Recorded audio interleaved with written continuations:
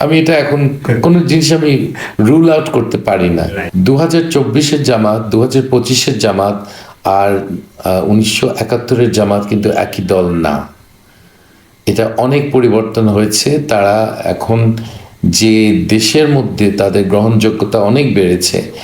ওদের সমস্যা হলো তাদের সাপোর্ট লোকালাইজ না। মানে প্রত্যেক কনস্টিটিউয়েন্সিতে প্রত্যেক আসনে যদি 15-20% ভোট পায়, একটা আসনও তো পায় না তারা। এটাই তাদের সমস্যা। সব জায়গায় ভোট আছে তাদের, সবখানে ভোট আছে, কিন্তু 15-20%তে কেউ পাস হয় না। সো এটাই তাদের সমস্যা, যে কনসেন্ট্রেটেড সাপোর্ট তাদের কম। খুব কম এলাকায় তাদের লোকের এমন সাপোর্ট আছে যে 50 বা 40 পার হতে পারবে। সেই জন্যে তাদের দেশে যতটুক তাদের সমর্থন, ততটুক তারা হয়তো সংসদে সেরকম আসন পাবে না এই এখনকার ফার্স্ট পাস্ট দ্য পোস্ট সিস্টেমে। তো এটাই তাদের মেইন সমস্যা। কিন্তু দল হিসাবে তাদের সম্বন্ধে লোকে ভালোই ধারণা। সো আমারও খুব ভালো সম্পর্ক।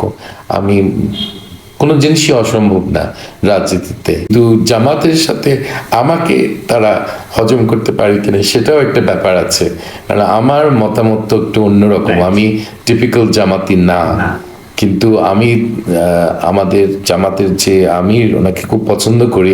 আমাদের সিলেটের মানুষ, খুব উচ্চশিক্ষিত পরিবারের মানুষ, এবং ওনাকে খুব পছন্দ করি এবং মানুষ হিসেবে খুব ভালো। সো নিব না। যদি বিএনপি ডাকে আপনি যাবেন কিনা? যে কোনো দল ডাকলে আমি যেতে পারি, কোনো ঠিক নেই। শুধু শুধু বিএনপি না, জামাত যদি ডাকে আপনাকে? হ্যাঁ, অফকোর্স, কেন চিন্তা করবো না? সবকিছু যে কোনো দলের কথা আমি চিন্তা করব।